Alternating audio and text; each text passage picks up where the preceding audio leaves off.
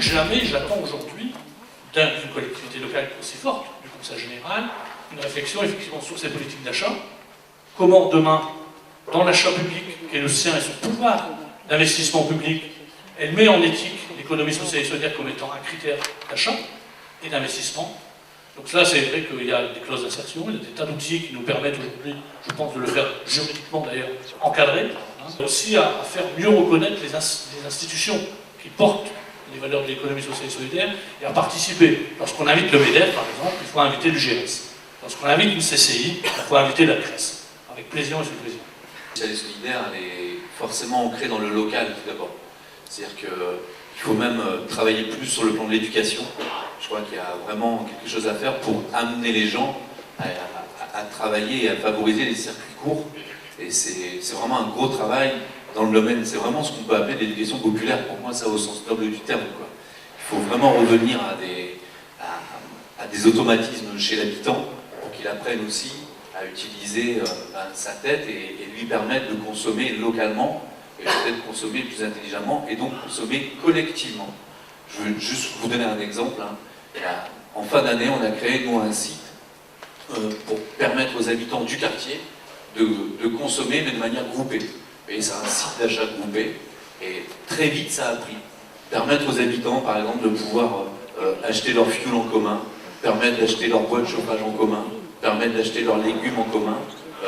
C'est quelque chose qu'une certaine catégorie de la population fait très facilement, mais ceux qui en auraient peut-être le plus besoin, parce qu'ils sont encore plus en difficulté économiquement, ne vont pas le faire facilement. Parce que c'est pas ancré, quoi. Ce qu'on connaissait forcément très facilement dans les villages avant, c'est pas quelque chose qui est très répandu dans les quartiers, par exemple, ça. On oublie, entre nous, d'avoir une certaine résonance. C'est ce qu'on essaie, nous, localement, de réfléchir. Ça veut dire quoi une résonance? Ça veut dire que les structures de l'économie sociale se connaissent entre elles, achètent les biens qu'elles ont besoin entre elles, et à partir du moment où, moi j'y crois, à partir du moment où le pouvoir politique public met 1 euro, ça s'appelle le multiplicateur keynésien, comme je reçois 1 euro dans ma structure, que j'achète à la structure de l'économie sociale d'à côté, qui va, etc., etc. Et vous allez démultiplier très rapidement la valeur de ces structures-là. Rendre compte de l'importance du secteur, c'est que 1 euro de subvention publique versée dans l'économie sociale et solidaire génère à peu près 3,5 euros de salaire et de cotisation sociale. Ça, c'est des chiffres qui ont été recensés par le laboratoire de l'ESS au niveau national, ce qui n'est pas rien en termes d'équilibre, en termes de revenus des salariés, en termes de cotisation sociale, le trou de la sécu, d'investissement dans les territoires. Dans une démarche où d'abord il faut créer des structures et consolider des structures existantes, mais on est là avant tout pour faire changer l'économie. L'économie sociale et solidaire, elle n'est pas là pour exister, elle est là pour faire changer l'économie d'une manière générale. Il faut le réaffirmer en tant que principe politique. Et quand on dit on veut lutter contre le pouvoir de l'argent, contre tout ça, la transformation de l'économie vers l'économie sociale, vers une économie sociale et solidaire générale, est une réponse politique au pouvoir de l'argent. C'est intéressant de ne pas regarder l'économie sociale et solidaire uniquement comme quelque chose qui s'enferme autour d'une vision statutaire, même si les statuts ont une certaine importance, parce que ça ne veut pas dire n'importe quoi, choisir d'entreprendre sous forme coopérative ou mutualiste ou associative, mais ça n'empêche que les statuts ne font pas tout, et qu'il y a aussi des entreprises qui n'ont pas une forme juridique qui relève de l'économie sociale et qui portent un véritable projet responsable et qui cherchent à envisager des nouveaux rapports ou avec leurs clients ou avec leurs salariés. Je lis en arrivant, Dominique, sur la magnifique affiche « Développer les lieux d'éducation populaire et le savoir citoyen ». Et tu t'imagines à quel point ce 3e slogan, 4e, sur cette affiche peut provoquer de l'enthousiasme et de l'intérêt. Je voudrais que cet objectif-là, on soit capable de le concrétiser. Même si, dans le pire des cas, on n'a pas satisfaction sur un nouveau grand projet éducatif, de voir avec toi, avec vous, comment on peut, dans le département, aller plus loin et concrétiser ce grand enjeu. Faire en sorte que l'éducation ne soit pas cloisonnée, ne soit pas que des programmes et disciplines scolaires, mais soient vraiment des lieux d'éducation populaire et de partage des savoirs citoyens, je pense qu'avec avec toi, avec votre expérience, avec toute l'équipe du Pas-de-Calais, on pourrait faire des propositions au niveau des collèges pour aller plus loin, jouer un rôle plus important dans les collèges et ouvrir les collèges à d'autres choses qu'au programme scolaire classique. S'approprier cette économie sociale et solidaire, c'est quand même présent que j'essaie d'en parler, y compris au groupe socialiste. Donc c'est parfois compliqué, même si aujourd'hui j'ai l'aide de Dominique Dupinet et d'Alain Lefebvre qui, eux, voient la tradition, voient la lignée et le lien qu'il y a avec l'éducation populaire. Et dans le même temps, j'ai très très peur que ce soit aujourd'hui un outil d'externalisation des emplois non profitables pour de grandes entreprises. Il y a un risque là, effectivement, qu'on soit la bouée de sauvetage pour les gens, ça ne choque pas, mais qu'on soit effectivement la bouée de sauvetage ou le déversoir pour certaines entreprises qui externalisent des emplois non profitables au sens du profit immédiat, c'est toujours un peu inquiétant. C'est comment vous, qui êtes au pouvoir politique, vous pouvez aussi agir tous les jours dans vos communes, dans vos collectivités locales, dans vos conseils généraux, à faire en sorte de développer l'économie sociale et solidaire. Et j'aimerais bien que dans un tel document, les élus aussi s'introspectent un petit peu en disant quelles sont nos pratiques, nous, en tant qu'élus, effectivement, lorsqu'on est face à la clause d'insertion sociale, lorsqu'on est face, effectivement, à favoriser les circuits courts. Je sais qu'on me rétorque à chaque fois des gros problèmes juridiques, en disant attention, Bruxelles veille, Bruxelles est là.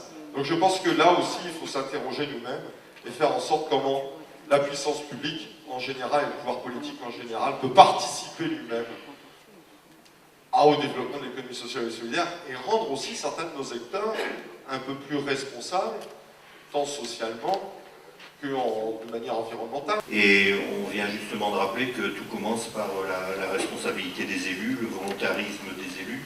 Donc une des suggestions que nous faisons pour que ce volontarisme soit opérationnel, on va dire, et lisible par les acteurs de l'économie solidaire, c'est leur mise en réseau, le fait de constituer un groupe d'élus particulièrement sensibilisés, de se raccrocher à d'autres groupes d'élus existants dans d'autres départements ou d'autres régions. Donc le fonctionnement en réseau qui est celui des structures de l'économie sociale et solidaire. Les élus, la collectivité que le Conseil général reconnaît, met en relation, permet aux gens qui ont des initiatives innovantes, j'allais dire entre guillemets, mais souvent il faut dire ce que c'est, mais elle permet de les accompagner, parce que souvent on est confronté tout de même à des cadres, hein, on l'a redit tout à l'heure, et on ne peut pas, je veux dire, quand on ne rentre pas dans le cadre, on a du mal à être financé ou à être soutenu. Une librairie indépendante existe, elle est installée à Avion, y compris le pays de Boué, la Bussière va vivre sur l'ouverture d'une librairie indépendante Résonance en février 2012, là, dans un mois, puisque c'est un projet de territoire et nous développons des partenariats et une réflexion avec les acteurs locaux autour de la place que peut prendre le livre, redonner aussi cette question-là, la place de transformer en enjeu de société. Et pourtant, même si, et c'est pour ça que j'ai entendu des choses qui me plaisent, parce que moi je me sens dans le champ de l'économie sociale et solidaire, et pourtant, j'ai envie de dire, un puriste pourrait dire, oui, mais le projet Résonance développe deux structures, une structure associative loi 1901 et l'éducation populaire, développe aussi une structure librairie indépendante de l'économie classique. Donc, pour un puriste, on pourrait dire que je ne suis pas complètement dans le champ de l'économie sociale et solidaire. Et pourtant, personnellement, je me sens pleinement investi dans ce travail. Je veux dire qu'au niveau de l'insertion par l'activité économique, la reconnaissance a été dure à se faire. Je veux dire qu'au niveau des structures, maintenant, elle commence à avoir cette reconnaissance par la professionnalisation des structures d'insertion qui existent et par l'ensemble lié des structures qui puissent avoir. Je vais vous donner un exemple frappant. Je dirige une entreprise de travail temporaire d'insertion, elle est sous forme de SARL, est-ce que je rentre dans l'économie sociale, solidaire ou pas? Voilà la première question.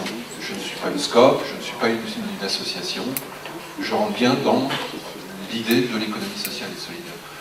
On travaille sur une filière qui a de l'avenir, l'agriculture biologique, la consommation locale, avec des gens dont on dit qu'ils n'ont pas d'avenir.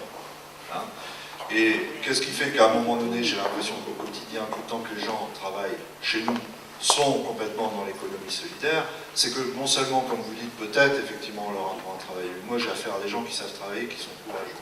Hein. Je n'ai pas de gens à qui j'ai à apprendre à travailler. J'ai peut-être du bol comme recrutement en ce moment, mais c'est pas ça leur problème.